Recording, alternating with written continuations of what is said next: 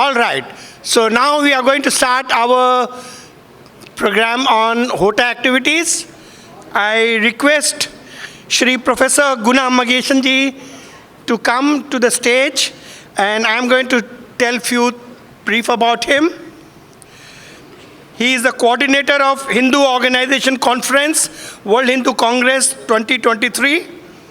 After retiring as a Vice Chancellor of a private university in Gujarat, Professor Guna Mageshan helped promoting Manushya Blossom, a startup Siddha pharmaceutical company. He is currently the director of Osati Investment Limited, which runs 2 early childcare centers in New Zealand. He has been a volunteer for World Hindu Congress since its inception. In 2014, he was CEO of World Hindu Economic Forum. Previously, he was a professor in Fiji National University. Prior to that, he was a senior scientist with the New Zealand government. His work on Hindu-Maori relation is well recognized. He is President Vishnu Hindu Parishad, New Zealand. Let's welcome him. Namaskar everyone. I don't know whether I'm going to do the justification for what the introduction was given. I'm reaching around 60 years now. When I was young, when I started doing work for Vishnu Hindu Parishad, I was very active. And the same activeness I saw in someone. So I went to Swami Vigyananji. I said, Swamiji, time has come, we need young person to come on board. And so we have identified someone. And instead of me speaking and giving introduction about the Hota program, it is a run-up for him, because from coming World Hindu Congress 2026, this gentleman who I am going to mention is going to be running it. So it is going to be a running practice for him also here. I want to introduce a young person, energetic person, Shri Rajendra Pandey, who is the President of Vishnu Hindu Parishad, Australia. He is also the national spokesperson for WHC Australia. He is currently serving as a captain in Australian Army. He is a Justice of Peace for South Australia. And he is a board member of Australian Day Council of South Australia, a member of a peak government body for multiculturalism. And he has so many things to describe. What I saw was the energy, the speed, everything. It reminded me. I thought, instead of replicating, someone has come on board. So without much ado, I am going to invite Rajendra Pandey ji to take over from here. Thank you, Rajendra ji. Hari Om, Namaste. So thank you, Gunaji, for that introduction. And I hope I can do my best to come true on your expectations. I'll try my best, I can promise that. So, as far as Hota Forum is concerned, I would like to present my personal view and my experience over the last couple of years in Australia running Hota Forum, which is around 12 years. And I believe that we as Hindu community are at significant crossroad. This is not one of those crossroads that you can tick off by making a decision whether to go right or left. I call it a generational crossroad. Our Hindu religion, our culture, our values are under existential threat. We have already lost so much of knowledge, temples, lands, and even faith, that whatever we do, we don't do individually or collectively, will shape the future of Hindu Dharma. Hindus in future will look back and judge us, especially the Hindu institutions, that what were we doing while our ancient and the only surviving religion was facing this threat. If Hindu Dharma is the proverbial Titanic, we all know that it is heading towards a hidden iceberg. And if we don't act now, there won't be much left. Therefore, the responsibility on Hindu organizations, temples and associations is to at least start contemplating where we are heading and what can we do to protect what we can. Although I'm here preaching to the converted, you all are here because you already believe and you understand the scenario. And you are keen to protect it both from internal and external threats. However, I would like to still present a case study to demonstrate the benefits of the Hota Forum that had been espoused by Swami Vivekananda ji, and why do we need to work together, and that too in an organized way. I've been working with the South Australian community since 2012. In 2017, October, Swami Vivekananda ji was in Australia and we had the Australian National Hindu Conference, the 6th one, and we launched Hota Forum. So 2017 is when my tryst with Hota Forum started. At that conference, we had 27 organizations, Hindu organizations that came together. Today, we have 86 Hindu organizations. Thank you. And these organizations identify themselves as Hindu organizations, and more importantly, they are working together. That is the first benefit, which is the numerical collective strength. Now, you'll wonder, why did I say identifying as Hindu organizations? We all know that most fashionable thing to say today is, I'm spiritual, I'm not religious, and I believe in humanity. Interestingly, it's not only Hindus who are affected by what I call is a cataract or a psychological illusion, that they suddenly start thinking that by saying things like these, they are instantly elevated to a position of a realized soul. But even organizations suffer from this disease. So in South Australia, we initially brought together temples and organizations which had Hindu in their name. Sadly, some Hindu temples in South Australia did not join Hota Forum, because they had this false fear that by joining a group which has the word Hindu will affect their credibility. Imagine the extent of disillusionment and loss of confidence in our community, that not only individuals, but also temples that are sacred, they are scared to identify themselves as Hindu organizations or as Hindus. Now, these temples have Hindus in their name, because when they were formed, the individuals that came together were proud and wanted to bring the community together to practice their faith. However, within 60 years, I would say, the community has lost their ability to identify themselves correctly. We recently have a new temple in South Australia which has come up, and they purchased an old church which is very popular in Adelaide. It's called a City of Churches. And this temple is operational, but the committee has retained, there's a cross on top of the church. They refuse to remove it. And they said to me that, oh, we kept it so that we can attract more people and we appear more secular. And I said to them, it's not only misleading to both Christians, but also to Hindus. If it says cross on top, it should be a church. So what are you trying to say? And what would people perceive about us?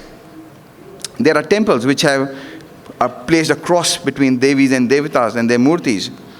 So when even temples which are proverbial, a lighthouse for our culture, are slowly losing touch with the reality, you know why Hindus are getting lost. Now, this was only temples. Extrapolated to the language-based organization, Telugu, Kannada, Tamil.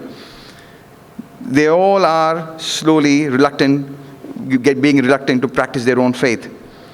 We all have non-religious in Australia. Pongal, non-religious Vishukanni, non-religious Sankranti, and they're all doing that so that they think we're celebrating the festival, but we're not celebrating the faith. So in the smallest state in Australia, through Hota Forum, we have brought together 86 organizations, as I said, and that is a 300% increase in 6 years. Thank you. But in addition to that, joining Hota Forum has become a stamp of approval of quality. And so much so, there are 2 individuals currently in South Australia that are threatening me personally with a defamation suit because I'm not allowing them to join Hota Forum. So, can you imagine? So this is the way we have taken Hota Forum, that people want to join Hota Forum, but we restrict the quality, that if you are not actually practicing the faith, if you're not looking after the community, if you are running a commercial organization, we won't let you in. But that kind of is just, I always say, if people are criticizing you, that means you're doing something right. Thank you. But majority of them should praise you. It should not be the other way around. So our political reach as a collective Hindu community has also grown. So we used to have 0 councillors in the last election in 2019. Today we have 6 Hindu councillors in South Australia. And last year, a Hindu died. He was a Telugu Hindu. We raised $100,000 and more than that in less than 6 days. Because what we are saying is, when a Hindu dies, or anyone dies, it's a human being. It's a community member. It's not the responsibility of the Telugu community. Or if a Gujarati dies, it's not a Gujarati. It's an Australian. It's a human being. But individually, none of the organizations, at least in Australia, are as big as we are together. And that is the idea that we are trying to espouse. And government is also now recognizing every temple and association. One of the few questions, we have a Minister for Multicultural Affairs in Australia, and she sees me, and we have an organization that I introduce, and they say, oh, are they part of Hota Forum? So that is the first question she asks. So that means she's actually looking at it as a stamp of approval that, oh, they are part of a bigger conglomerate. For example, if I say I'm an accountant, you'll say, hang on, are you a CPA? What is CPA? It's a professional body. If I say I'm a lawyer, which bar council? Which court are you practicing in? And that kind of attests some quality. If I say Delhi High Court, you'll say, okay, fair enough. Or Supreme Court, even higher. So I think Hota Forum is close to being Supreme Court now. Not that we have, but it's not like the judges that we have there, but we are better. And also, more Hindus are now attending temples because the temple committees are sharing resources and ideas. I just had a meeting with we have a panel discussion tomorrow afternoon with the local Hindu organizations, and there were Vishnu temple and one more temple which I'm forgetting, and they both met together, and Vishnu temple said that, oh, we have a lot of Thai people attending our temples, but because when they come, they don't know how to offer flower, what to do, they feel lost, and then they don't come back. So what we've done is, Tiwari was there, they said, oh, we have printed pamphlets about what the process to follow. And I said, okay, why don't you share it with the other temple? And the other temple can actually look at it, give feedback, and then give it to me, and I'll share it with temples in Australia. And that is the whole framework of Hota Forum. This is one of the biggest discoveries in my lifetime, that organizations thought that, if we incorporate religion, if the Hindu organizations think, if I incorporate a religion into my committee or my organization, I'll lose numbers. Can you imagine how? So Swamiji always says that we are so oppressed that we have lost any confidence in our own entity. Whereas they forget that when dharmo rakshati rakshataha. So if you protect the dharma, dharma looks after you. And that's what I've seen in Australia at least. That's my own laboratory. Not a scientist like Gunaji, but we have our own social laboratory wherein we see what changes we have done. And the moment these organizations that I've said to you, they were organizing Garba, which was more like a party Garba, they started having a religious Garba, their numbers increased. But the proof is in the pudding. You need to have that confidence. If you don't put us, and as an organization, I don't mean individually, as an organization we have to be confident enough to put our best foot forward, be very clear about who we are. If we are not clear about who we are, how would we communicate to the other person? And we are very inclusive. We are very inclusive. We don't have to say that. Again, the reason I'm saying this to all of you is because we have to go out and share this with the others and bring them around. And because they don't realize there are people who actually look up to us. So I can't tell you, there are so many people who come to me. So we run a monthly lunch program for the broader community. There's a Christian who's gay. We've been serving him for many years. He came to me, I think 3 months ago, and he said, can I talk to you for a second? I said, yes. He said, do you do funerals? So I'm also a funeral director in Australia. And he said, oh, I want you to look after my funeral and take my ashes to India. And I said, look, I can organize your funeral, but I don't know whether I can take your ashes to India. But he said, look, I want to tell you I'm gay. Do you have any problems with that? I said, no. He hugged me and he cried. And I told him that in the last 8 years of my service to the community, this is the best thing I've ever felt, that actually I'm connecting with people.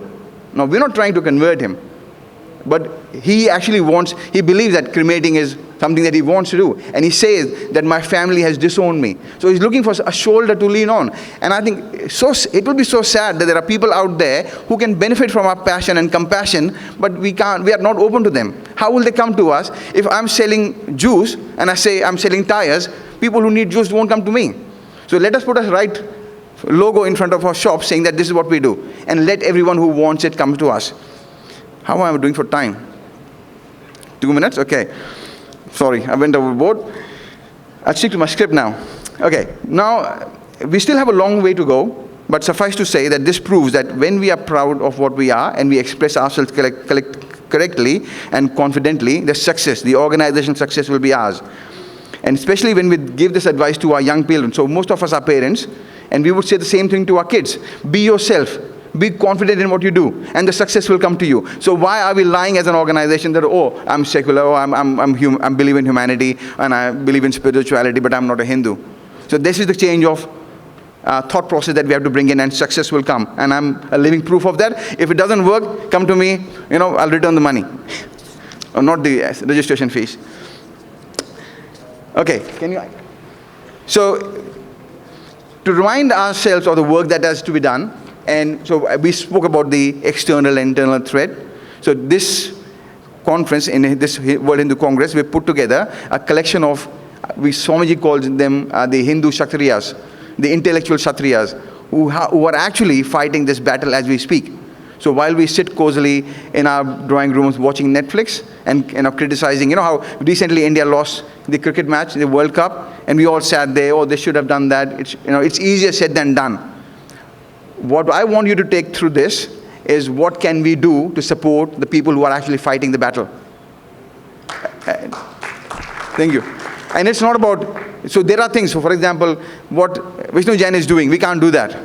But the least we can do is to spread the word and take lessons from what he is doing and identify similar smaller projects which we can work on. So Anand ji will talk about the temples he's preserving. And that is an equally valuable venture. We should not shy away from doing that. But the community needs your support, both morally. If you can't say anything good, don't say anything bad. Don't criticize each other. Work collaboratively. And try to look beyond the differences of languages. So I'll just quickly go through the sessions if we can. So the sessions, so yes, there is a bit of history. So 2018. Yes. So we have, this is the third World Hindu Congress, as Gunaji has said earlier. So as you can see on the screen, we had, can you go through them quickly? So different themes that were there in different congresses. So 2023 is about, there are 6 sessions. So this is a sneak peek of what's coming through of the agenda. The first session that will happen now. We'll be talking about liberating Hindu temples and land from the government and church control. This session 2 will be upholding the Hindu values and sanskaras. What can organizations do to achieve that? And the third session will be how can we reach the unreached areas. So we'll be talking about Central Asia, Africa, and Europe. And also, we'll talk about Hindu human rights. So we have Narada Dhyariji, the Bhutanese Hindus. What is happening just around the corner from India? We are totally blinded to those kind of facts. And what can we do? So the speakers will talk about what actions can we take. This 5th session will be encouraging Hindu activism, which I spoke about. That what can we do to support the warriors that are already leading the charge. And the last session, as I said, will be more like a case study with 6 organizations from Thailand, the community organization that have never collaborated before. We'll bring them around, have a panel discussion, and give you a live demonstration of how we can collaborate and come together. It is actually a practical experience that is going to happen in front of you. Thank you so much. Hari Om.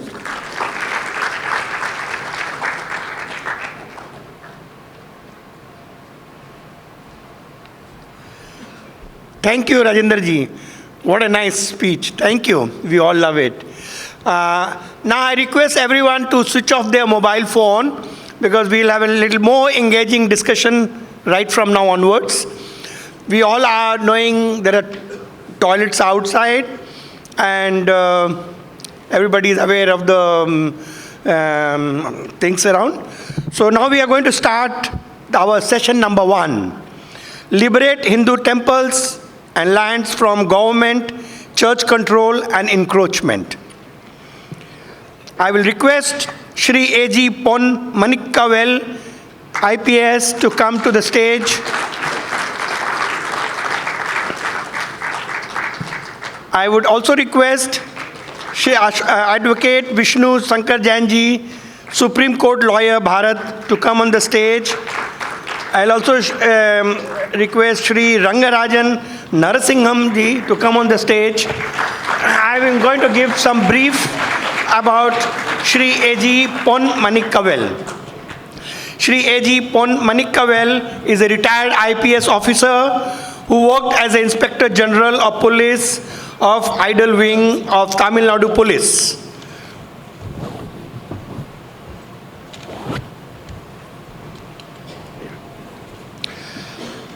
On the day of retirement, the Madras High Court appointed him as a special officer for a period of 1 year to probe and complete idol theft cases in Tamil Nadu. He has reported many irregularities involved in Hindu religious and charitable endowment department and brought hundreds of valuable smuggled idols into Bharat. He has involved in various investigations, including misappropriation in making of a Panchloha idol of the Palani Danda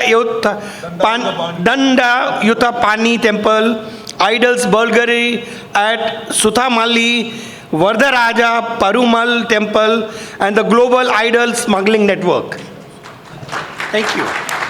Okay, sir. So I now request Shri Ponji to be chairperson to take care of the show. First of all, I just namaskar. And he was telling that I have recovered a lot of. These are all in exchange for a salary only. I was a government public servant. I was receiving salary from the government of India, and as a matter of compliance to my duty, I was able to repatriate idols of Hindu deities back to India. It is that, but the High Court appointed me after my superannuation from the Indian Police Service for 1 long year, and before that I was working in the same department for 17 long months. But I did not receive any salary, not even a single paisa for 29 months' time. No. In exchange, I was already holding another job as IGP Railway. Enough is enough. Now I request, so I would like to have a small brief about our beloved Hindu activist, Mr. Vishnu Shankar Jain. He is the advocate in the Supreme Court of India, Supreme Court of Bharat. Yes. He is a spokesman for the Hindu Justice Front. And I was told that his life mission is something really very great, sir. His life mission is to liberate temples. Liberation of temples mean that temples are in imprisonment. Temples and the idols of Hindu deities are in prison. This is why when there is some sort of imprisonment they are. And he will explain. And his mission is to challenge the legitimacy of certain marks which were constructed after demolishing places of Hindu worship. Thank you very much, sir. Thank you very, very much, sir. Thank you. Your mission will continue, and we pray the Almighty that will give all strength to you, sir. Till your death, you have to work, sir. You have to tirelessly work and bring justice to our own Hinduism, sir. I sincerely request the advocate, the youngster. He's got a lot of energy. Only thing is, it's a regret of me. He is an advocate of the Supreme Court. He has got a long time to speak for a long time, but he has been given only 10 minutes time. But anyway, within the, I think he's an officer. He's a law officer of outstanding merit and efficiency. He will wrap up his delivery within 10 minutes time. I request you to please come to this. Thank you very much. धर्म संस्थापना के देवता भगवान श्री कृष्ण के चरणों में मेरा नमन। परात्पर गुरु doctor Jain Balaji Athawale के चरणों में मेरा नमन।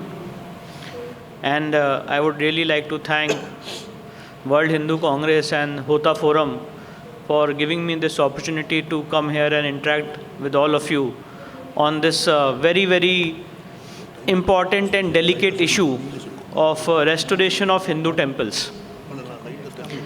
Now, let me begin with asking a question, and these are the questions which are asked to me by various segments of the society when we are fighting this legal cases of restoration of temple. And the question is that why restoration of temple is necessary? What will happen if Ram Janmabhoomi will be restored to its original form or to its glorious form? What will happen if Gyan Vyapi will be restored to its original form? what will happen if Krishna Janmabhoomi or many more temples like that, which are in ruins, will be restored to its original form? So the answer to all these questions lies in the core value of the spiritual importance of these places. For a very, very specific reason, and I would like to quote in a very gist form, that there are three very, very prominent books which deal with the spiritual importance of deity. And these books are books written by Mr. B.K. Mukherjee on Hindu law, books written by Mr. P.V. Kane in 7 volumes on Hindu law, as well as Mr. Gopal Chandra Shastri has written a detailed, extensive work on Hindu law. And the summary of all these 3 books is that if at any particular place deity is either Swambhu or it is installed, Pran Pratishtha is done, then that place itself becomes sacred to us. Please appreciate this point. People understand, and the general notion is that once the temple is destroyed, the existence of the deity is over. But I would like to say today from this forum that if Muslim law and Muslim concept is once a mosque, always a mosque, once a waqf, always a waqf, it is Sanatan concept also that once a temple, always a temple. But the irony is that we have not seen this Sanatan concepts, and the best part about judgment of Supreme Court delivered in Ram Mandir case was that the Supreme Court in 2021 SCC page 1, while dealing with the rights of the deity, has said that the rights of the deities once installed never diminish. If at any place deity is installed, that pious commitment is given a juristic entity. Just like we all know in a very, very casual term, that if company is formed, the members and the directors of the company may come and go, but the company remains to be a legal entity. In that same manner, the commitment, the pious object to create a temple, to do Pran Pratishtha of a temple, so that is having a juristic entity. And therefore, with this perspective, with this background, Kashi Vishwanath case and Mathura Shri Krishna Janmabhoomi cases have been filed by us because that place where Lord Shiva, self-incarnated himself, is having lot of divinity and lot of spiritual importance to all the Sanatanis, and by no stretch of imagination we can lose even an inch of that land. That entire land is sacred to us. And that's why in Gyanvyapi case, we had filed the case. I would request to please, I have prepared a short PowerPoint presentation for all of you, just to demonstrate that what are the developments in Gyanvyapi case. So as we all know that, and I will, for the sake of saving time, I would not take you through each and everything, but I'll just narrate here for the sake of documentation that in Gyanvyapi case, why I'm saying, because all of you would have read all these farmans of demolition and there was no need for me to again present it. But I wanted to present it here with a different perspective. And the perspective is that Aurangzeb's farman is there in the history books to go and demolish the temple at Vishwanath at Banaras. And it was reported to him that the temple at Vishwanath has been demolished. His orders have been carried out. So now what is the legal implication of this farman is what I wanted to highlight before you. See, by virtue of Article 13, any farman, any order, any rule, any regulation, any notification, and this is the beauty of our Indian constitution, that it is a transformative constitution.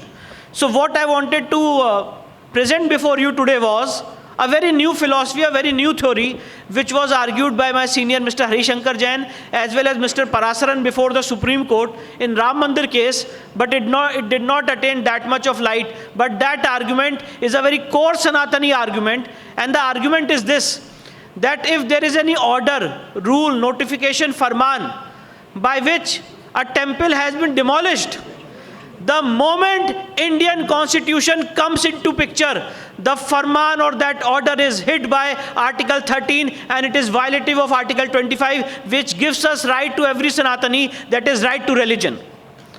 So therefore this farman issued by Aurangzeb for demolition of our temple is violative of the Constitution of India, and it's a written farman. And let me tell you that under section 57 of Indian Evidence Act, all these things can be taken judicial notice of by the courts of law. So therefore this farman is very important. Can you please take to the next slide? So now I wanted to show, and I must also tell you that we have with us here Mr. Vikram Sampath. He is writing a very important book on Gyan Vyapi, which will be with all of you very soon. And all these things will be documented, and his research has gone a little ahead of our work. So I would like to congratulate him. And this is the map of James Prinsep, which is mentioned in his book of Banaras Illustrated. And it has been mentioned in the book of James Prinsep, who was a British officer at that point of time, that it's a Ashtmandap Mandir, which was there at Gyan Vyapi. And if I would like to say one more thing here, that temple, if anyone will read the book of Rana P.B. Singh, who has written this book on Gyan Vyapi, that temple had lot of vibrations. The architecture of the temple was such in nature that if from anywhere, if you will sit and have meditation, you will hear Om sound. And that was the level of architecture which was there, which was demolished by cruel barbarian Aurangzeb. And at that place itself, at this place where this map is there, the most important part is Gyan Vyapi well. Why we say Gyan Vyapi? Vyapi means well, and Gyan means knowledge, the well of knowledge. So there at that place we get knowledge to get nirvana. And that's why Gyan Vyapi is very, very important to us, because out of 12 Jyotirlings, 5 Jyotirlings are Swayambhu, and out of 5 Jyotirling, the very first Jyotirling is of Gyan Vyapi, self-incarnated by Lord Shiva himself in the Linga form. Therefore we are fighting for Gyan Vyapi. Issue of Gyan Vyapi is not a political issue or religious issue. It's a spiritual issue. It's a spiritual issue for entire Sanatanis, because this is the place which is very, very sacred to all of us. Now moving to the next slide.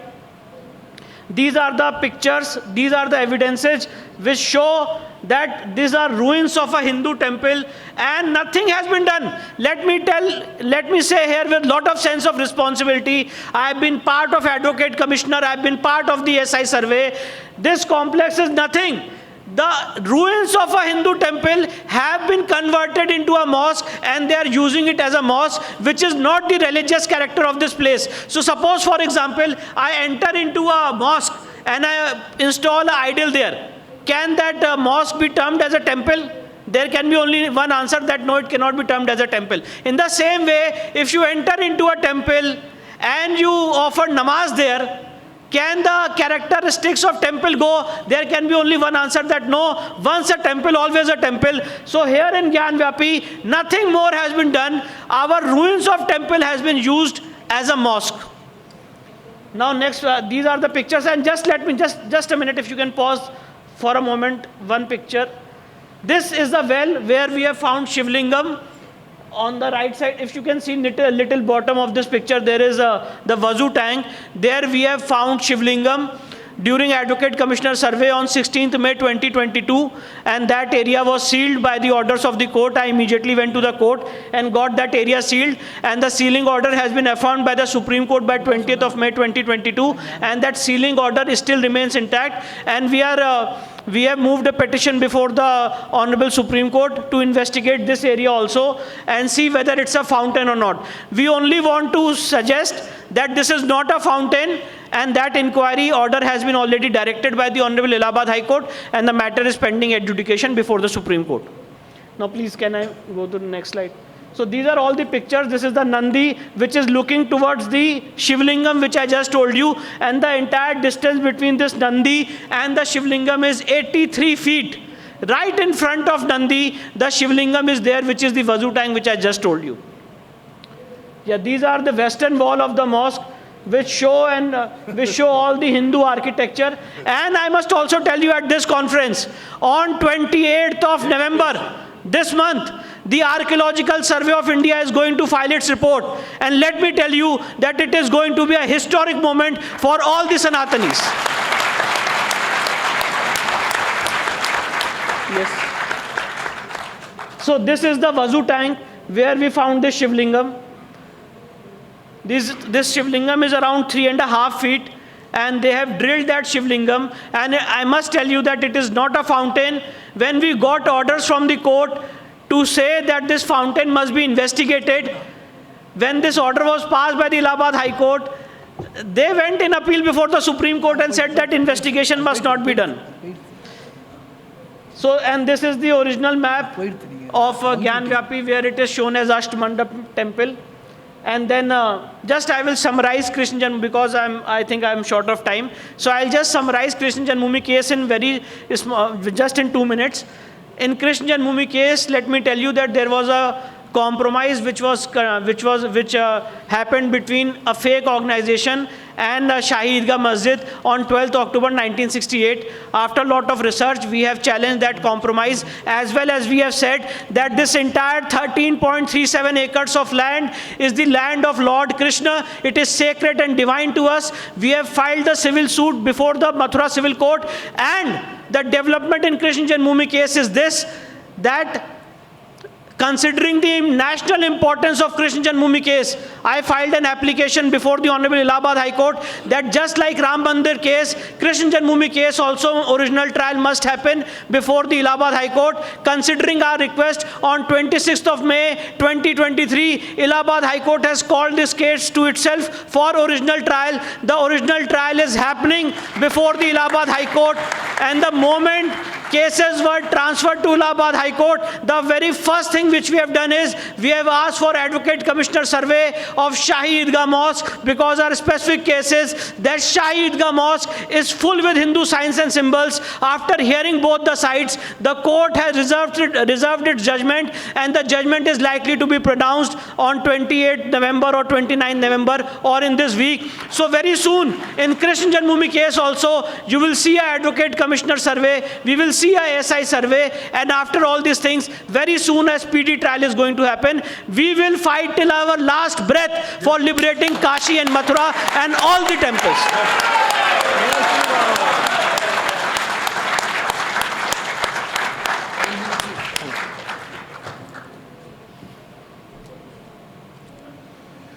Now I will introduce Mr. Rangarajan Narasimhan. He is from Tiruchirappalli, Tamil Nadu.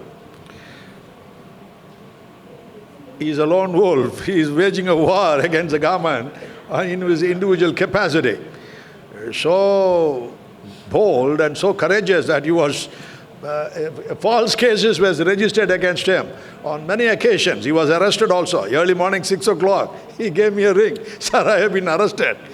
Then I had to rush in and detail the services of a lawyer. With great difficulty, with the help of Almighty, we saved him.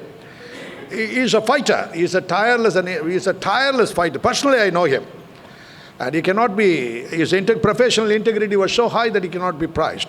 And he calls a spade a spade. He never hesitates. And he has registered more than, tens and tens, almost about more than 200 cases before the High Court of Judicature, Madras, and the Supreme Court of Bharat. He was instrumental in getting a landmark judgment in one case where there was an appointment of trustees for Hindu temples was belated for about 70 years. He is personally, is individually instrumental for getting the order. And the entire state of Tamil Nadu knows him. And he runs a channel, YouTube channel also. I request Mr. Rangarajan Narasimhan for it. Thank you. I may take a couple of more minutes. Srimate Ramanujaya Namaha. Jai Shri Ram. I am neither an activist, I am not a historian, I am not an intellect. I'm not a researcher. I'm just a plain, helpless Rama Bhakta. Like the monkeys which served Shri Ram in Treta Yuga, it is my attempt to do my bit to Shri Ram in this Kali Yuga. It was then a fight for Dharma, as it was in the case of Dwapara Yuga as well, where Sri Krishna fought. We are seeing this yet again in this Kali Yuga, just that we do not know who the enemy is because he looks like us. He is among us. And he is actually our enemies. We do not know, we don't recognize him.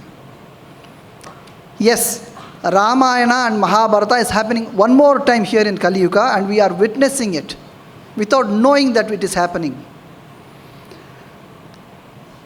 It is upon us in this Kali Yuga to protect God. God is in the form of an Archavatara, as a Murti. And it is our responsibility to protect him and his abode, that is the temple. Many of us are proud and passionate Hindus. Many of us understand that Hindus are under attack today from several directions. My attempt before you today is to make you see the Ravana who is attacking us, the Hindu Dharma as well as the Hindu Dharma, and to sow a seed in your hearts, to have a desire to be part of Sri Rama's army to defeat Adharma in this Kali Yuga. That is my attempt.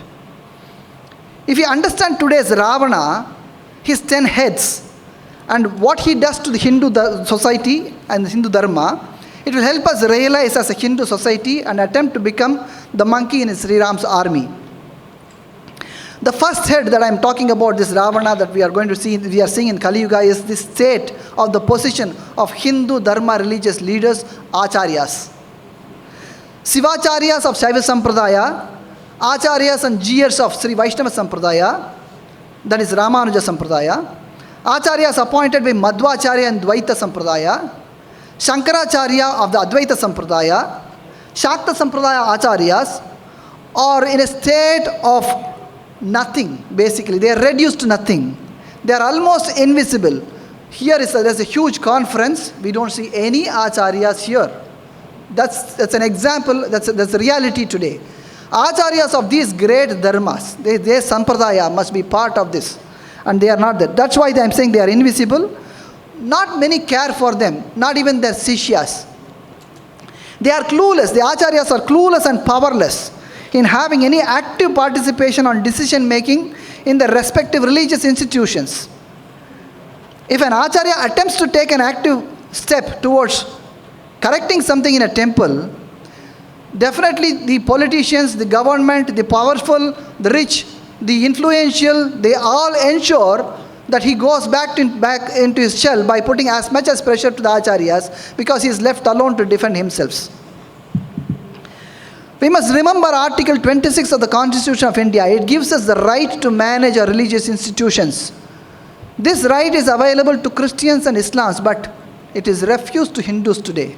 It is not available to us, because our temples are today managed by the governments. The situation of the Acharyas, namely the powerless situation, their lack of guts, their lack of willingness, the lack of support to the Acharyas, and must change. And this is the first head of the Ravana that we see in the Kali Yuga. The second head is the government.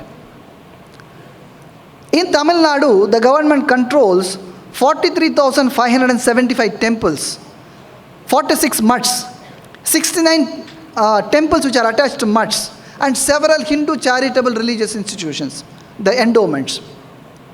Law is clear that the government cannot interfere in a temple or a mutt. Law is also very clear that the temples can only be administered by trustees, whether it is hereditary or non-hereditary. But the government, for the past several decades has ensured that these trustees are eliminated systematically, and they have appointed their own people, the government employees, as executive officers illegally in these temples, and control all the activities of the temple, including the religious activities. In spite of the Madras High Court passing an order on 7/6/2021, where it directed the government to appoint trustees in all these temples. I played a major part in the outcome of the case. Till date, 99% of the temples don't have trustees. They are controlled by executive officers. And what the 1% is where there are trustees, they are basically political appointments as a gift to the political person who is supporting them. This is what is happening. Situation like this is there all over India. All over India, temples are controlled by one law or other. Northern states are all those the same. We know what happened in Uttarakhand. We know what happened in Karnataka. Nothing more to say there. So government controls is there all over India. The third head, the atheists and politicians. Atheists, they come in several colors. Nastikas. They are a curse to the society. They are the Rakshasas of today. They misuse and abuse their ill-gotten power only for one reason, to suppress Hindus, to suppress the believers. The politicians, I classify them into two. The Nastika politicians and the Astika-Nastika politicians. There is nothing called Astika politicians today. The Nastika politicians are same as the Nastiks. There is no difference. They can be very easily identified because they promote Nastika Vada. They disregard and misuse and abuse the law by having the power, by coming to power hook or crook, they control all our temples. The Astika Nastika politicians are even more dangerous than the Nastika politicians because we don't know who they are. They resemble to be an Astikas, but they are actually doing great injustice to our Hindu Dharma. Many of us believe in these Astika Nastika politicians as they are the savior for the Hindu religion or the Hindu Dharma or the Hindus, for the cause of Hindus. Typically, you can never see them openly supporting any Hindu cause for that matter. They will never come. All they are interested in is use the Hindu card to get the votes and to go to the power and then do what they wanted to do. This category of people, they don't know anything about Sampradaya. They don't know anything about what is there in the text.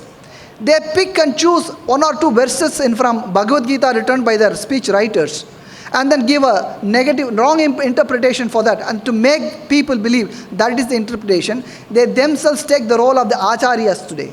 This is the problem today. Today, most of us don't seek any refuge with acharyas, but we depend on the politicians to guide us, which is a big mistake that we all do. The only way you can identify these people is to confront them directly and ask pertinent question. What have you done to the Dharma? What have you done to Hindu temples? When you ask this question, the immediate response that they give you is, oh, I'm a politician. I can't just look into Hindu cause. I have other reasons to do. There are so many things, poverty, this, that, etc. They will say, and then they will run away. They will never say, yes, I will stand for the Hindu cause. This is how you can easily identify them, confront them, ask one question. What have you done to say Jnanavapi? What have you done to say Ram Mandir? If you ask this question, they will run away. You can easily identify them. This is the third head. The third head is, the fourth head is fake sannyasis and fake religious leaders. Srimad Bhagavata Mahapurana says, this is written long back, that Kali Yuga will be filled with fake sannyasis and fake religious leaders. We see it today. This category is even more dangerous than the Astika Nastika politicians, I am telling you. Typically, they don't believe in any Itihasas and Puranas. They won't read them. They won't know Sanskrit. They don't trust in it. They read English translations and they go about propagating whatever comes in their mind and they propagate it as this is what is Hindu Dharma saying. They will not refer any text. If at all they refer English translations. Again, these people can easily be identified because they won't have any lineage. Usually they indulge with a lot of wealth, power, political connections, attention in mainstream media, and they will have a lot of followers in social media. Typically, I call them as corporate babas. Most of them are in saffron, unfortunately, so which makes real saffron people go, they mingle with them and then they cheat us, basically. They introduce blind faith and they thrive systematically by destroying Hindu faith. The fifth head is basically Upanyasakas, those who give religious discourses. They talk about high about itihasas and Puranas. They give us teachings on what is written in Bhagavad Gita, what is written in Vishnu Purana, Shiva Purana, etc., etc. But they don't practice what they preach. We see, at least I see this in Tamil Nadu a lot more than any other part. I do not know about other parts of India, but at least in Tamil Nadu I can see that these people, most of them, they discourage people from opposing the government or opposing a wrongdoing in a temple. They say, God will take care of us, don't worry, etc., etc. You don't have to do, don't put your these things, leave it to God. And they make sure that people take a step back, which paves way. Thank you, sorry, I'm taking a lot more time, give me 5 more minutes. Yeah, I have only come to 5th head, I need another 5 more heads. Yeah, I understand, sorry. The 6th head is the fake astrologers. We know what they do. They target gullible people. They feed on the bad situation of a person. They say, go do this parikara, this upakara there somewhere, temples. They convert the temple into a religious place. They convert it to a business place. I go to the God and then say, God, give me health, I will tonsure my head. God, give me wealth, I will make you a partner in my business and then give you so much of money. This is the kind of thing that we do. The 7th head is the Christians and Islamic evangelists. All the things that I said above, they strive on it, they use it, they say that our dharma, Hindu dharma is full of bad ideas. They promise the sky, they say there are miracles in all other places, etc. So they try to convert us and then take us away. What Mr. Pandeyji said is happening everywhere in Hindu dharma. Give me a second, sir. I told you, give me 5 minutes, please. Yeah, I know my time is up. I'm sorry. So what they do is they put in the churches, they put a Dvajastamba. They take all the religious activities that happens in a Hindu temple and then practice it in a church, and they confuse there also. You will be seeing a lot of pictures behind me. I finished it. I know that my time is up by that because I timed it for 9 minutes. The 9th head basically is the courts and the state. The courts is the last resort for all of us. But when we go to the court, they come up with the Places of Worship Act and then say, no, you cannot claim back the Hindu temples that were destroyed by the Mughals and the Christians. They deprive us even the right to speak to the court and then ask for a justice. That is the state of affairs today. Many politicians have the 2 cents there also, you know. They say, don't go to every mosque and look for shivlings. They do this. Why? His fight is that. Mr. Jain's fight is that. He is trying to recover all these temples, and politicians come and then say, don't go looking for shivlings in mosques, which is again a misleading. And the courts, they don't have time. There are not enough courts. There are not enough judges.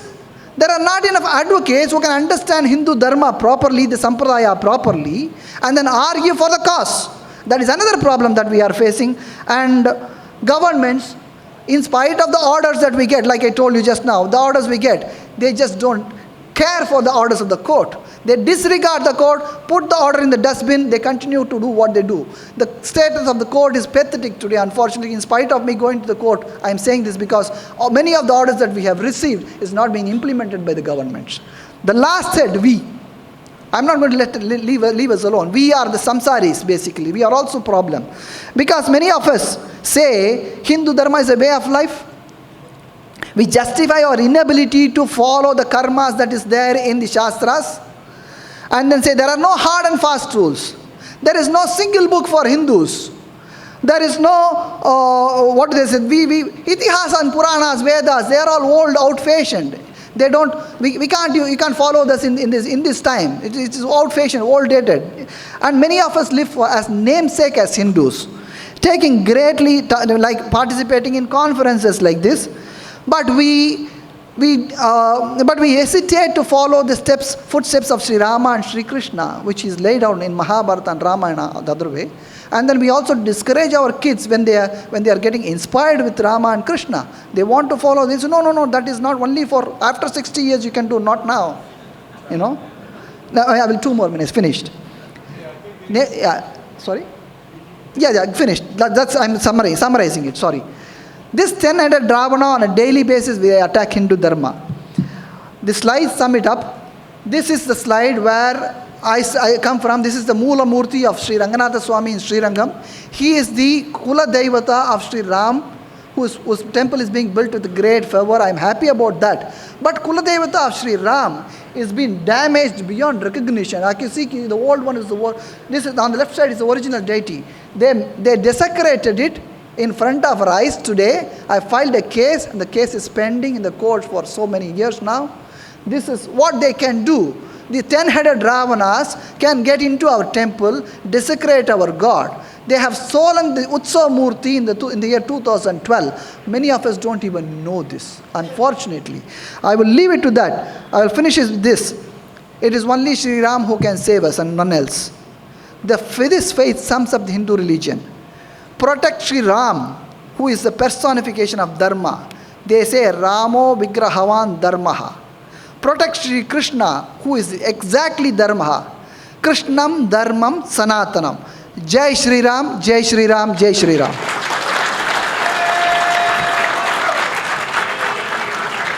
So these are the basic data, sir. These are the basic. We have 10,542 temples which are antique. Their antiquity ranges from 700 to 1,600 in Tamil Nadu.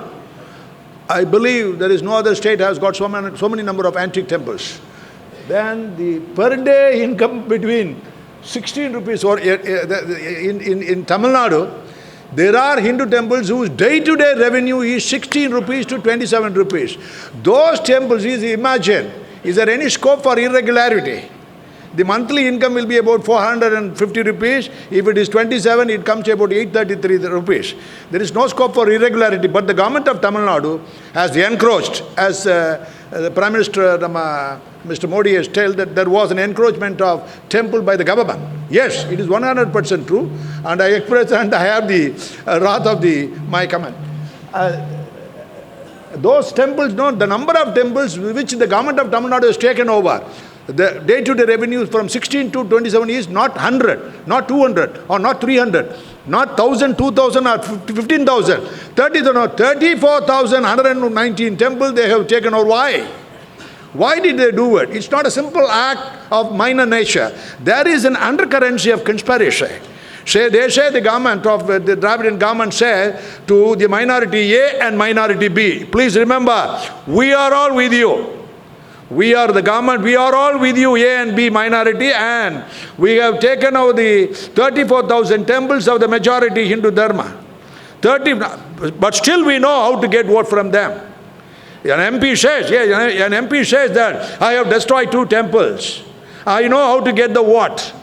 And after 2 weeks' time, instead of being castigated and warned by the government, by the chief minister, he was rewarded. His son was rewarded with the ministerial berth. It is a real onslaught, horrific, oppressive. The situation characterizing the temples in Tamil Nadu is really horrific. It's really horrific. We'll have to wake up. We'll have to wake up and give a unified fight and raise our voices in unison. Sir. No. Idols repatriated, sir. This may not be of interest to you. These are the idols we have already repatriated from various countries. Sir, that idol costs about 35 crore. 35 crore and 80 lakhs. That was repatriated, the last idol. And this idol cost about 25 crores. And that is for 3 crores and 98 lakh. Again, sir. Next to sir. Sir, the idol was sold by an American, US-based citizen, Subhash Chandra Kapoor, whom I was able to extradite him from Germany, detaining him in India at the Central Prison Trichinopoli for 10 long years, and got him convicted, and the sentence he has completed 10 years. This is the first time in the history of Tamil Nadu, in the history of Bharat, that a foreign national, an idol trafficker, has been convicted for 10 years. Thereby, by giving this sentence, this message to across all international idol traffickers, that be careful now. If you trade with the idols of Hindu deities, the same fate will come to you. Then stolen idols, this is very, very important for people who are abroad.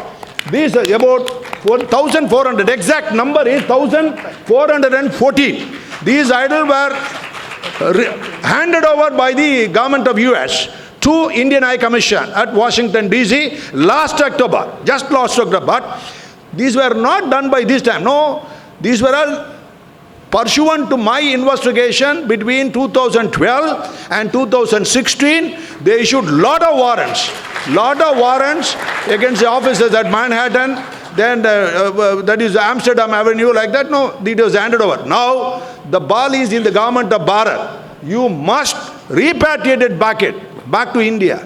It is there. It is the idols recovered by the US government between 2012 and 2016. It is lying in the office of the High Commission India. Now, we have to bring it back. So those who are interested, please take on the message to them. We cannot, it is already delayed. No, it is inordinate delay. Bring it back immediately. This is the agenda 1. I place it before you all. The next one, sir. These are all, before that, sir. 279 antique idols. These are all, the 1,400, not all idols. Idols as well as artifacts. These are all 100% idols of Hindu deities. Now, they are all remaining in the various art galleries. 100% they are stolen.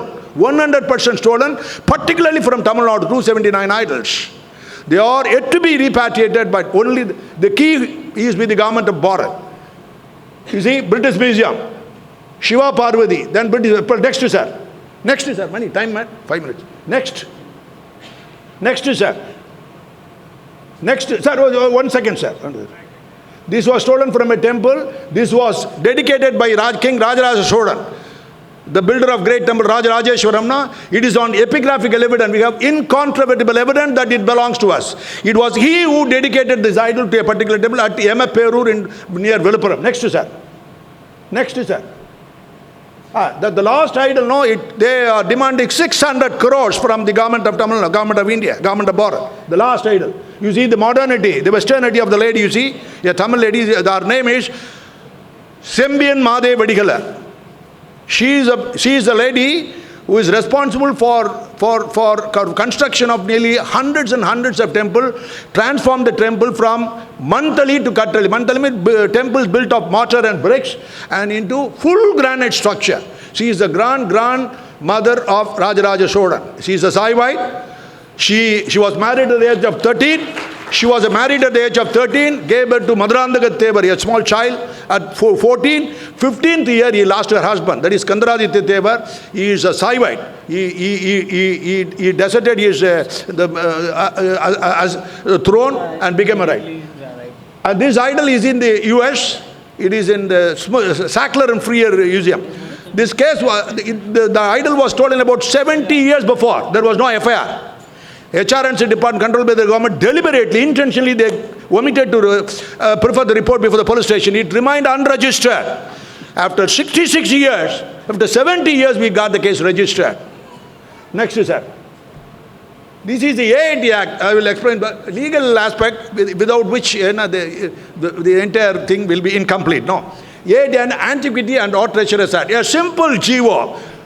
The act has to be repealed by the government of Bharat. This is a useless act. This has enabled a lot of foreign, the international idol trafficker to loot our Hindu idols of deities and hundreds and hundreds and hundreds in the past 60 to 70 years. So this has to be amended. New legislation, it should be made as cognizable. That is arrestable by police. So that police will have jurisdiction. This is a toothless act. Not even, it was enacted in the year 1972. Till yesterday, nobody was convicted, nobody was sentenced. What is the use of having an act? Then how to ensure thieves punished? No, these are all technical aspects, sir. All offense, all idol thefts in India throughout. We should have theft act of Bharat. Theft act of Bharat. In that, all offenses are theft, child theft, electricity theft, oil theft, all have to be incorporated under one head, so that investigation and prosecution will be speedier. So, new legislation, theft act of next, sir. Requesting 5 government orders, sir. Legal registration of idol. This is very, very important. Small GO, sir. If you got any leverage, please take it to the government knowledge. All idols of Hindu deities in India, in Bharat, that is whether in the Prime Minister's office or in the Chief Minister's office or in the government museum, state or central government, have to be legally registered. Why? Once you get legally registered, the government of Bharat can establish its incontrovertible claim of legal ownership in the event of his theft and repatriation. Otherwise, you are helpless. I was waging a lone war for nearly 7 years. I was able to bring back idol worth about 350 crores back to India. That's much beyond that I couldn't do. What I have done is tip of the iceberg. Only tip of the 1/10 of the work I did it. Because of the ineffective laws. And secondly, new jiva for AMS are all temples which are more than 100 years. No, I want only 700 years to 2000 and above. This should be declared as protected monument, so that the state government will not enter under the pretext of renovation. Under the pretext of renovation, they go into the temple, they destroy the epigraphical material. The epigraph inscription is the sheet anchor of your ancestors' history. Once that is destroyed, everything is over. We lose, we become orphans historically. So then, sir, one minute, sir. Legal registration, banning gifting of idols, sir. Next, sir. Banning, next, sir. Right. This is very, very important, madam. This is Uma Parameshwari. This idol is of, the antiquity of the idol is 900 years old. This was disinterred, that was discovered from a temple which was disbanded. Okay, it was dilapidated. This was, in the year 1960, the Congress government gave it as a state gift. As a state gift to a lady who those country people call her as their queen. That is Elizabeth II, during her state visit to India. I said, what is it? This is the idol of deity originally created by the Chola royal for a specific purpose of processional temple festival. That is, it will be paraded out of the temple, processional. The purpose is to see and to be seen. The idols will be lavishly, sumptuously robed, lavishly bejeweled. That purpose, the specific purpose, it was created. But whereas now it is placed in the museum as an article of display. Now it is the duty is before the government of Bharat now. It must bring it back to India. It is with them. They can't find fault with the state government. Repatriation is the sole jurisdiction of the government of Bharat. It does not belong to the jurisdiction of the state government. Likewise, there are hundreds and hundreds of idols are there. So unless on war footing the government of India works, the question of repatriation becomes next to impossibility. Then the treasure trove. This treasure trove, whether it is there, this is a law enacted by a foreigner at a foreign time. Enacted by a foreign British enemies at a foreign time, that is 1872, for a foreign purpose. Why? To loot the Indian valuable against a foreign subject, that is slave Indians, slave Bharat. So this act has to be repealed, and whether it is repealed or not, a jiva has to be passed, sir. The jiva, the content of the jiva should be, what is it? This shall not apply to all religious antiquities. Religious antiquities mean idols of deities which are inside the temple, which are meant for processional festivals. Those idols, whenever they are discovered from the earth, they are taken to the registrar, headquarters, Tahsildar office, sub-treasury office. It is gathering dust there. It is dumped there. No, you cannot do it. Very importantly, in Tamil Nadu alone, we have 21 icon centers are there. We have 350,000 idols which are legally unregistered. I sent a mail, not by writing, by voice recorded mail to the Chief Mr. M.K. Stalin, Tamil Nadu Chief Minister, to have it legally registered. Please have it legally registered. After determining the antiquity, it is for 2 years. He has closed his year now. For 2 long years before I gave it. So very, very importantly, the determination of antiquity, the jurisdiction is with the government of Bharat. For which a jiva has to be issued to all the state government to determine the metal composition, the possible metal composition in each idol in milligram, so that in the event of their theft, it is on record, we will show, there also they will examine, immediately they will return. This is incontrovertible, incontrovertible documentary evidence. Next is that. Over. Any questions? Sorry, sir, time. Actually, this is not my delivery. This is not my delivery. It will be something else. Because this is structured. So, Before liberating temples, we have been imprisoned. Okay? So we need to be liberated in the next meeting, giving 20 minutes time. Thank you, sir. Thank you very much. Thank you. Sir, I request the participant to raise questions, clarification, sir, whenever you want it. Please, sir. Please, sir. One after another, sir. Please, please. Oh. Please, sir. 1 second, sir. They will give you my. Next, sir. Next, sir. Next, I lost. Next, sir. Wait. Sir, my name is Dr. Chokkalingam. Please, sir. Uttar Tamil Nadu VHP State President. Please. We are addressing only 50% of the problem. Yes, sir. The other side, I know for sure, Sir. every month 170 crore is a scandal which is happening in Tamil Nadu temple minister. He is swindling the money. 170 crore. Okay. So we are not addressing. Of course, if with the law we can contain this kind of thing. But what about the scandals which is happening? Number two, one priest's salary is 125 rupees per month. If we are not feeding properly, obviously they will get out from the temple and that will become church one day. So this is a very two important point. I can tell you 117 types of theft is happening with the help of Assistant Commissioner, Joint Commissioner, Deputy Commissioner, Commissioner of the HRMC. Sir, the question is very long, this long. So my question is, you have to address this also in this forum, sir. Thank you. Sir, the answer is temple. There is an abysmal salary for the temple archagar. We do agree. I visited a temple, sir.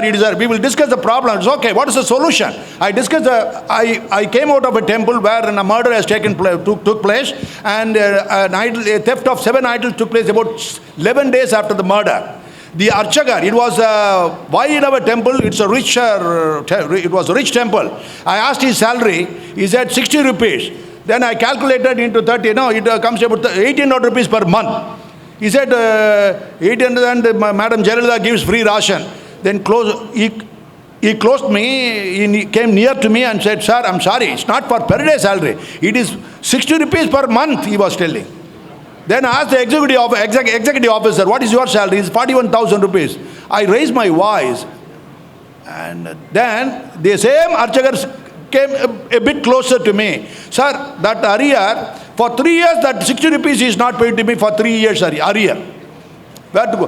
This is the problem. Why do they do? You know, please understand.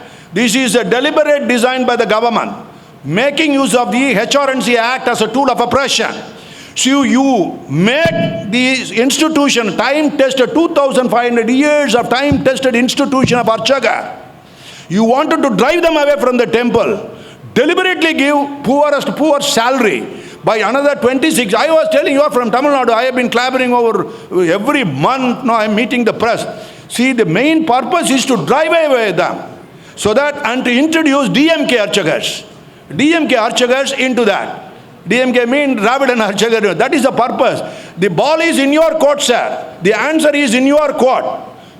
There must be a change in the voting behavior. There must be a change in the government.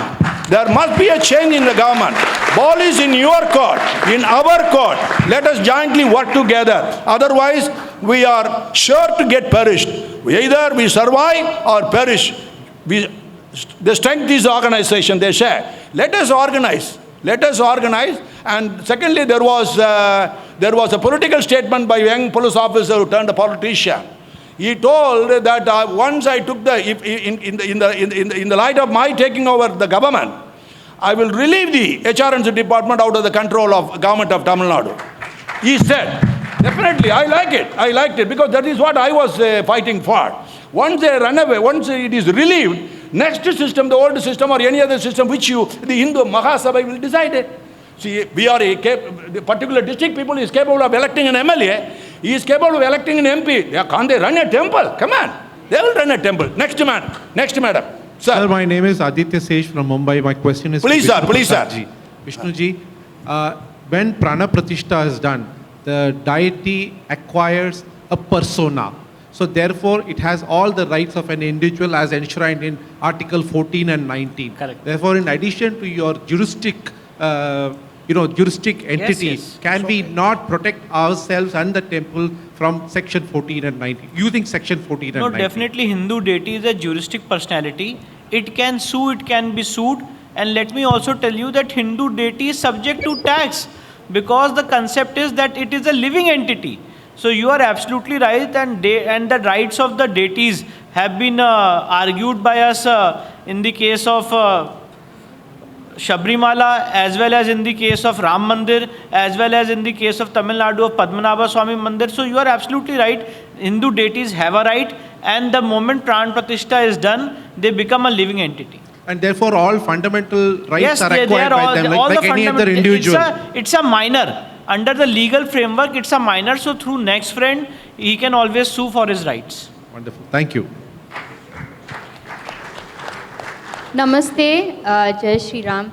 So as we have heard from you all today, in Hindu Dharma, the specific structure of the mandir affects the spiritual consciousness of the place, which is the core of retaining our civilizational consciousness. As we saw in Kashi Vishwanath was once a Ashtmandap Mandir. Now, when we talk about reclaiming temples or freeing temples from government control, there is a concern because, as you have mentioned, when there is a dilution of the traditional structure or parampara which has continued for not just thousands of years, but actually since the beginning of time, only we understand the concept of time, that the consciousness is diluted. How can we ensure that if we free the Hindu temples from government control, that the traditional structures which were already there, even if the temple was once dilapidated, how can we ensure in a way that it is at least tried to be restored close to what it was authentically? And the second thing I would like to share to everyone here is there are two very nice organizations. One is called Reclaim Temples, who are rebuilding temples in North Kerala where there are Hindu minorities population which were destroyed in Mopra riots. Madam, your question, we permitted you to raise question. So this was my question, and I would encourage everyone to try and donate to these organizations which essentially are rebuilding the temples in the traditional way, and I would also like to know the answer to my question. Thank you so much. Thank you. Next question, sir. Sir. Please, sir. Mr. Narasimhan, Mr. Narasimhan raised a very important point that the Sansari, people are saying that it's a way of life and things like that. So, under the new education policy, would you be able to suggest what would be a good course which all the people across India, right from childhood, can get exposed with respect to a spiritual education right in school itself, and will that be possible or not? Only then this culture will enter deep into people's psyche, and the right conception across Hindus about what is Hindu thought and what is the exact knowledge of the Upanishads and scriptures will be understood. Yeah, that is exactly what I was saying. The first head that I was talking about, the acharyas, basically, they have to be empowered. They are not there anywhere. They don't have any say in the temples. They don't have any say in any of the policies that happen. Forget about teaching. Right? Even existing policy is not being accepted by many states. So the existing policies, I'm talking about the history of our country, recent past history. We are not talking about our history. We are talking about the Christian history and Mughal history who invaded us. So I think unless otherwise we encourage the Gurukula system, we honor our acharyas, we bring them to our homes, we ask them questions, and then we introduce them to our kids. We go get ourselves introduced, spend some quality time asking them questions and learning from them. Nothing is going to happen from the government side, I can guarantee. Unfortunately, that is the situation. Like I said, even the history is not being changed for the past so many years. We still read the same history that tells that we are massacred by Christians and Muslims. That's what we read. What about our great emperors? What about our Sanatana Dharma? How did they manage this country? We were experts in every single field that human could know. We are experts before anybody can even speak in other parts of the world. So that is our strength that came from our Acharya Parampara. Unless otherwise the Acharya Parampara is respected and regarded and then given a chance, and that has to happen from every individual. I'm not expecting that to be coming from the government any soon. They are controlling our temples anyway. Next, sir. Next. Please, sir. Yeah, namaskar. I'm from Bangladesh. Yeah, go ahead. Please, madam. Okay. First of all, thank you so much for fighting alone, and sorry that being Sanatanis, we are not able to be with you all. मेरा question Vishnu ji से है. Bit louder, madam. मेरा question Vishnu ji से है कि आप alone fight कर रहे हैं, बट एज पर लॉ क्या एक ऐसा कुछ हो सकता है कि be rise as a voice as a Sanatani everybody and then the fight goes to the wherever respective places, either it No, I'll just tell you, I'm not fighting alone. Entire community is fighting with me. It's not a lone fight. Yeah, I know, but Let me tell you, see, this fight which I am carrying out is because of the vision of Mani Ashok Singhal ji. From my childhood time, I was very close to him. And it was his vision to liberate Kashi and Mathura. If you will see the declaration of Vishnu Hindu Parishad, Ram Mandir to baki hai, Mathura Kashi baki hai. So I am working on that path, and entire community is with me. So this is not a lone battle. I truly agree that entire community is there, but somewhere the voice is not reaching to the respective places. That's where I'm coming in. That no, we are trying to educate as much as possible through YouTubes, through various platforms, by coming here, participating in the event, by participating in events, fighting in the courts. So whatever we can do, we are doing. I will add to that. Not everybody needs to go to court, you know. What we need to do though is to take care of one single temple that is in the neighborhood. That will solve the problem. Yes, ma'am. Next, sir. The real problem is in the voting behavior. The only thing is you capture the power, otherwise nothing will materialize. It is all that going to the court, affidavit, counter affidavit, then changing 3 months. This drama will go on ever. Unless there is a change in the voting behavior, we capture the power. There lies the key. Change. Every one of you would take on to themselves to change. Votes in favor of you. Please, sir. Next, sir. Sir. Sir, Mr. Kaviyarasan. Sorry. Please, sir. Please, sir. Okay. Thank you. I'm from Bangladesh. Actually, my question is that you have said that we all are working together and the community is supporting us. So, do you have any plan regarding Bangladesh? As you see that there's any distraction and we need reconstruction and revival of the temples which was destroyed in 1971 and later on. So, as we are all and we are in the same shelter, do you have any plan regarding Bangladesh that how we can develop? Sir, first of all, try to ensure that you are safe there. First of all. No, I'm safe. That's why I'm here to ensure that you are safe there. No, well, most hostile atmosphere there. Please do a job there. Okay, we are all here. It's a safe country. I'm a lawyer practicing the We Supreme can Court. share the knowledge if you ask us. That is all we can do. Unfortunately, we have our hands full, and then very little people are here. We are ready to share our knowledge. Whatever we do, anytime that you want, we can definitely support it. Okay, sir. We'll keep touch with you. Thank Mr. you. Kaviyar, sir, please. Yeah, please. Hello. Sir, I have a small suggestion. There are some 34,000 temples you mentioned that... Bit louder, sir. Hello. 34,000 temples you mentioned that the priest getting the lowest salary. Yes, sir. If I think each one of us can adopt one temple, before leaving this hall, whomsoever willing to send $100 for a priest, please give their number and contact details to Professor Gunamagesan. I will start supporting one temple. Excellent. Okay, so let us start. Let us send WhatsApp groups. Whomsoever have the WhatsApp group, you spread this message. Let us create a detailed database of these 34,000 temples and adapt. Each one person adapt one temple in another 1 year or another 6 months. The entire 34,000 temples we can support ourselves without. So we run a parallel government. We cannot depend on government and fight against it and do anything.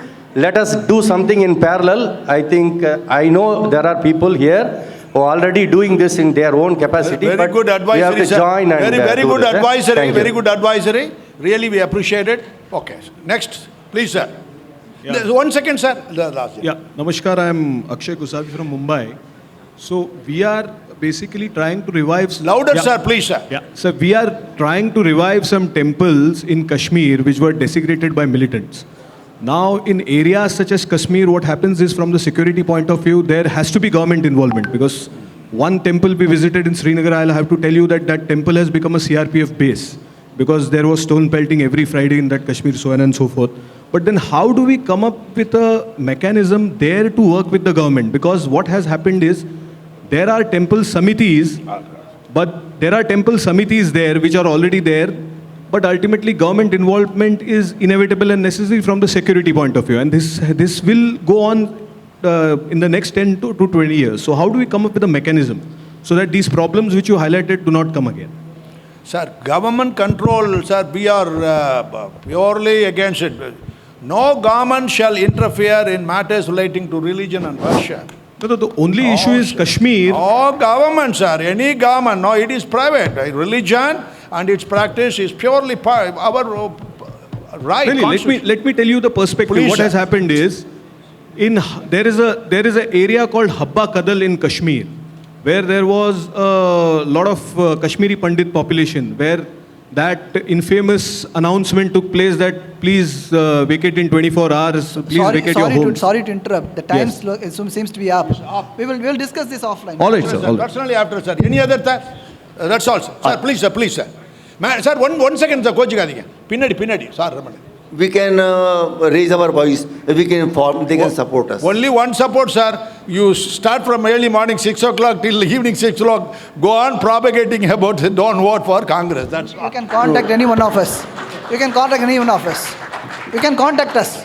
Okay, I am from Cambodia. With a photograph, you contact us. With a photograph, you contact us. I am from Cambodia, Angkor Wat temple. So now I am planning to a temple in the Cambodia capital. That's why I am coming here. Already in the government, a statue, Trivela statue already built. So thank you so much. Sir, So what process is the Cambodia, the temple built? So I need to support Indian embassy. That's why I will come here. Thank you, sir. sir. My Thank you very question much. is Madam, to madam. Ponn Manickavel, sir. Madam, 1 minute, sir. 1 minute, madam. Sir, should we stop putting money in the temple hundis and Louder, please, madam. I'm should sorry. we stop? 1 second. Should we stop putting money in the temple hundis? Put no, only 5 rupees. Don't put more than that. No, don't. You see, come on. The government of Tamil Nadu, every month it takes 20 crore and 49 lakhs of rupees every month. Not from the public tax-paying people's money. Not from the fund contributed by minority, that is Christian. Not by the money contributed by Muslim. Not by the Hindus present, living Hindus. These were from lands endowed by the Chola Pandya Chera royals. The total land is beyond 10 lakhs. Now on record they say only 4 lakhs and 78,000 lakh. That's all. The arrear in the vacant site itself in 8 months' time is 151 crore. Enormous money with the government. They misuse it. They take it Bisleri water, they fly in the flight, and this is not for the administration of the HRNC, they take the money, not for the administration of the temple. So heaven said, please put more than 5 rupees. No, it is a sin. Don't do that. That's all 5 rupees. Please. Next So can we put the money? Sir, on the other hand, Archakas, no, living condition are deadly, penury. Nearly 12,000 Archakas are getting 1,000 rupees per month. Come on. Mr. Kaviyarasan said an idea. It's an excellent idea, but why do we have a government, elected government? Either the government has to run away, is to abdicate, run away from the temple, it's okay. But still, come on, take it from me, sir. There is a chief minister in Tamil Nadu. He says, I will never enter any temple in Tamil Nadu. He said, I will never go to any temple, but I will control 38,000 temples. Come on, tell me, can there be a highest form of immorality in Bharat? Come on. The Prime Chief Minister says, I control 38,000 temples, but I will never ever enter even a single temple. Come on. So the situation characterizing temples and idols of deities in Tamil Nadu is horrific. It's very, very oppressive. So we know it. Anyway, madam, you can discuss with me later. Please, madam. Okay. Please, madam. Namaste, sir. मेरा नाम रंजना है. मेरा question है कि English, madam. My question is the free temple. I mean, we asked this question previously last year with the other leaders from our organization and from our government. We got the answer. As a society, let's say we get our temple free tomorrow. Are we ready? So no one is trusting as a society that we can take care of our temples, which has crores of money, and there's no trust from the government. Can we handle that? We are not. Okay, let's say the reply we got, when we asked when you are going to free the temple, from the senior leaders from our government back home, the answer was, Are we ready? Hindu society is ready Yes, we are as ready. a society? We are ready as a society long back, not now. Yeah, so that's the answer. It is not for the leaders to decide whether we are ready or not. Yeah, We so are already ready. We are long back ready. We have shown how to run things for the whole world. So there's the question itself is wrong. Tell him. Tell whoever asked you the question. The question We is asked wrong. and we got that answer. We know we are ready, but how to change this mindset of this government, our government? Like he said, vote to the right leader. That is the only thing that you can do. We are three here. I don't know whether you are satisfied with our delivery and our reflection. We express our sorry, but anyway, the time is very, very limited. Time is very, very limited. And any renaissance of our Hindu Dharma, it has to take place only from Tamil Nadu first. It has to take place from Tamil Nadu first. So you're all invited to come to Tamil Nadu, put your energy and make changes in the voting behavior. We'll be grateful to you. Thank you very, very much. Thank you.